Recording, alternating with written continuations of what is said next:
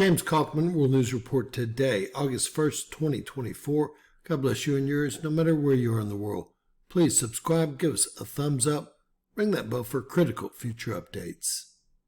Russia frees 4 prisoners in unprecedented multi-country prisoner swap. We've got a video. The Gateway Pundit reported earlier that the United States and Russia were reportedly negotiating a high-stakes prisoner swap months before the election. Russia has agreed to release 4 high-profile detainees, Ivan Gershkovich, Paul Whelan, Alsu Kurmasheva, and Vladimir Kara-Murza, as part of an unprecedented multi-country prisoner exchange. Hey, wait, those people don't sound like U.S. citizens to me. They're all expected to arrive in the United States by nightfall. This is tonight. The released detainees, Ivan Gershkovich, the Wall Street Journal reporter, was arrested in March 2023 on espionage charges, which he and his employer vehemently deny.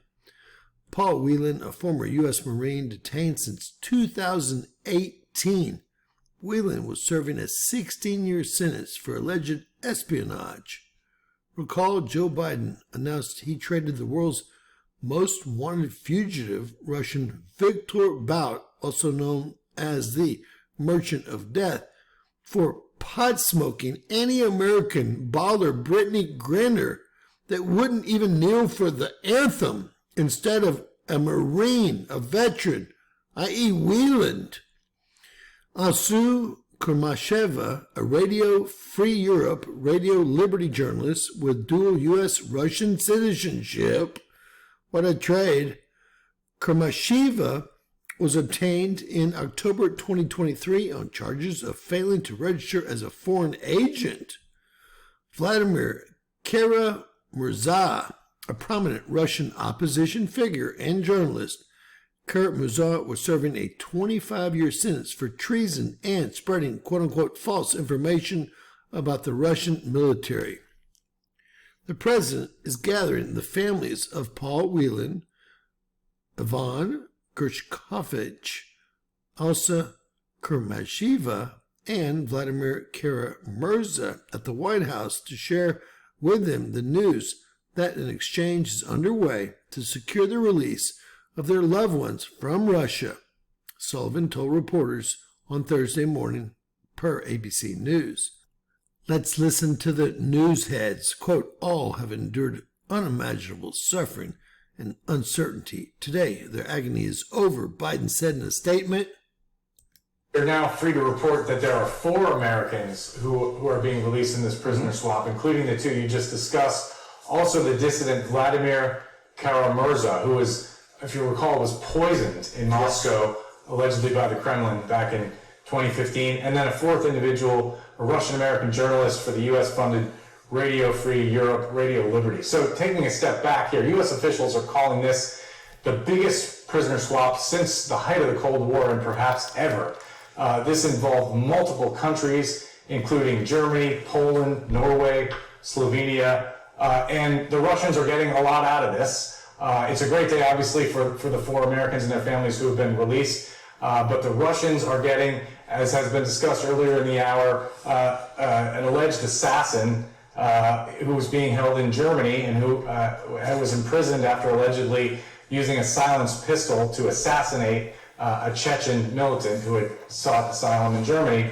As well, the Russians are getting some American prisoners, people who have been lawfully convicted by the FBI and the Justice Department. The U.S. doesn't hold Russians convicted of espionage, but it does hold a number of people in prison with alleged ties to Russian intelligence who have been convicted of hacking, fraud, and other kinds of things. One of these people is Vladimir Kushin, a Russian businessman who was sentenced to 9 years in September 2023 after being convicted of participating in a $93 million insider trading scheme involving confidential earnings information obtained by hacking SEC databases. Now, he claimed to have turned down efforts to recruit him by the CIA and Britain's MI6. He is one of the people we understand who is being released in the swap. That is a strange one, guys. So they were running game over here in the U.S. Person being released is Vadim Konashenak, who was arrested in Estonia last year and extradited to the U.S. They can't even say it. Conspiracy and other charges related to a global procurement and money laundering network on behalf of the Russian government. He reportedly had ties to Russia's Federal Security Service. He had not been tried and convicted. And I know, I cover the Justice Department, that really sticks in the craw of FBI and DOJ officials. So we got 4 Russians in exchange for 4 Russian assassins? This is confusing.